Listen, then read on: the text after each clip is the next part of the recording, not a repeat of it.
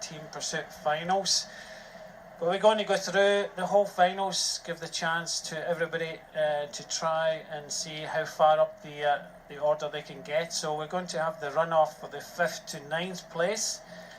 So we're going to see 5 teams fight it out, and it's just going to be pretty much about time. The first heats will be up, it'll just be one team, and then we'll have 2 more heats with 2 teams on the track, one in the home straight, one in the back straight. They'll do 16 laps, 4 kilometres, and it'll just go down to time.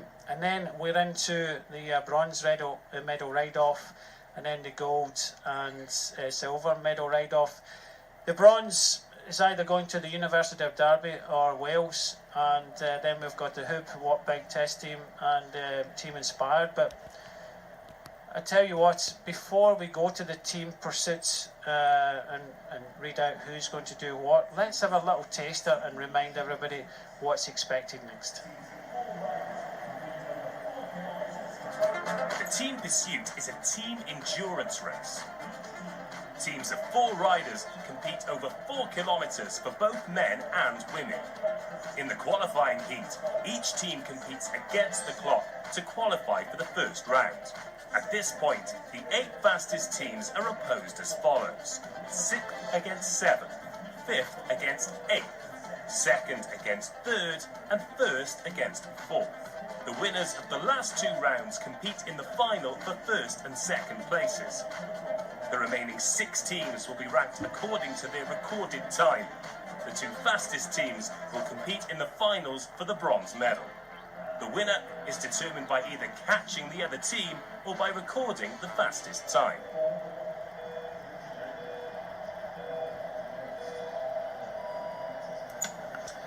So that's what faces the riders, 16 laps. And just before we see the first team, I was just talking to Helen there. I saw you down there in the 500 metres time trial, helping one of the young riders. Yeah, that was one of my riders, Amelia Coombs. So I actually do a bit of coaching when I'm not training, so looking after her today. And she's got a massive PB, I've got to shout her out. So wow. Very proud. That's something that we need to hear, and we talk a lot about it. Is, you know, we look online, we're trying to get information as a commentator, and I think athletics do it right, because when the scoreboard comes up, it's a PB or national record and things like that. We should do that in cycling, because it is important.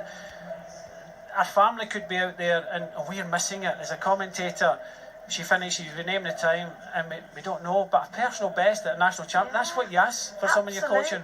Absolutely. For some of these riders, it's their first time, in front of a crowd like this, and it is nerve-wracking. And my rider, this is her 2nd senior national championships, and like you say, the whole crowd, if they knew that was like her personal best, they'd probably be going wild, which is what we want, because I was. Yep, all good. So the first team, Heat 1 on the track, will be Bio Racer, Project B, Andy Bruce, Jason Roberts, Nico Anelli and Ross Thompson.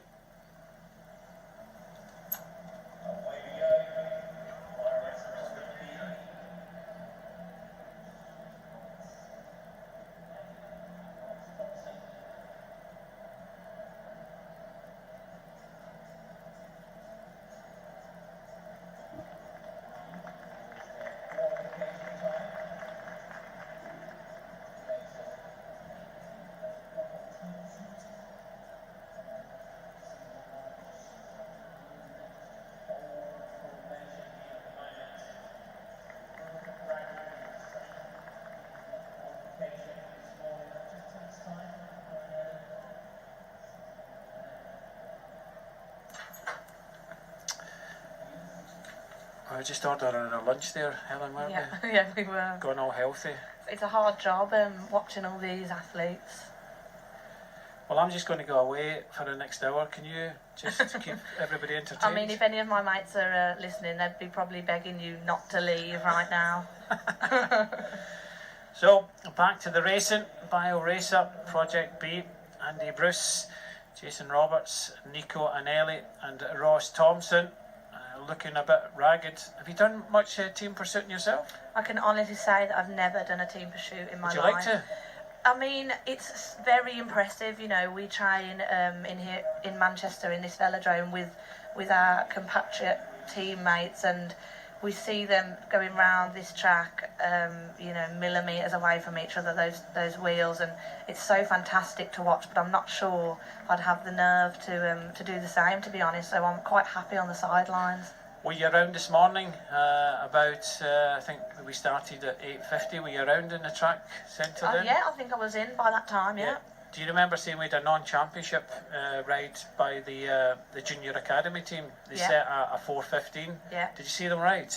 No. I thought they were super impressive.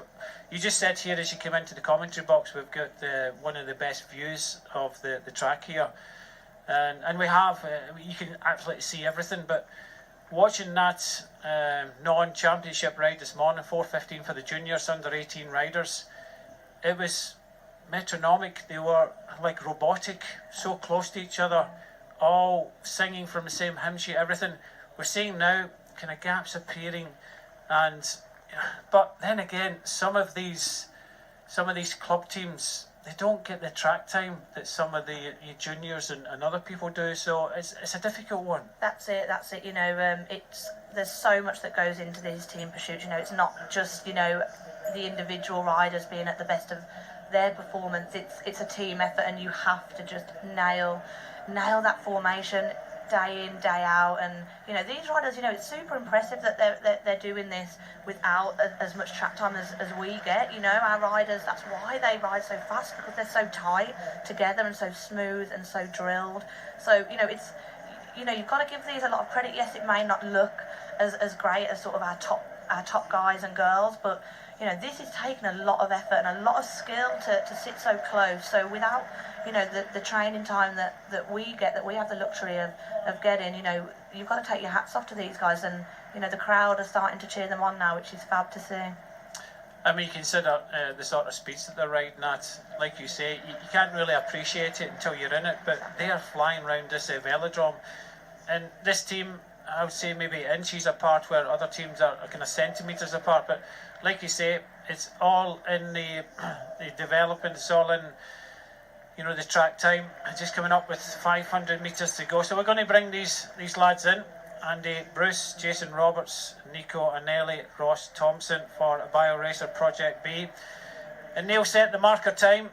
We have got 5 teams vying for the places from 5th to 9th. So it's all about kind of bragging rights. They go down to 3 riders now. Job done. And you see this a lot in team pursuiting over the last kind of few laps inside the last kilometre. Teams will go down to the 3 riders, although Hoop, Walk Bike, test team do it somewhat differently. So they set a time of 4:33.037. So that's the benchmark for the first team. So we're just talking about Helen, talking about track time, and I think we're just going to see kind of highlights before we talk about that. So the BioRacer Project B team, the first team away in the finals here, they're going for a place between 5th and 9th. So they've set a marker down of a 4:33.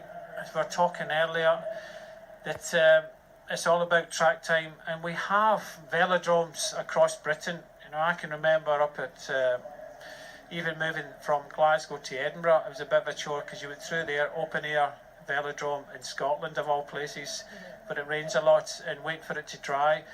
And now we had a velodrome in Manchester. I remember starting an event here way back in the 90s before this was even built. Now you come here and it's getting bigger and bigger and bigger, and it's an outstanding venue.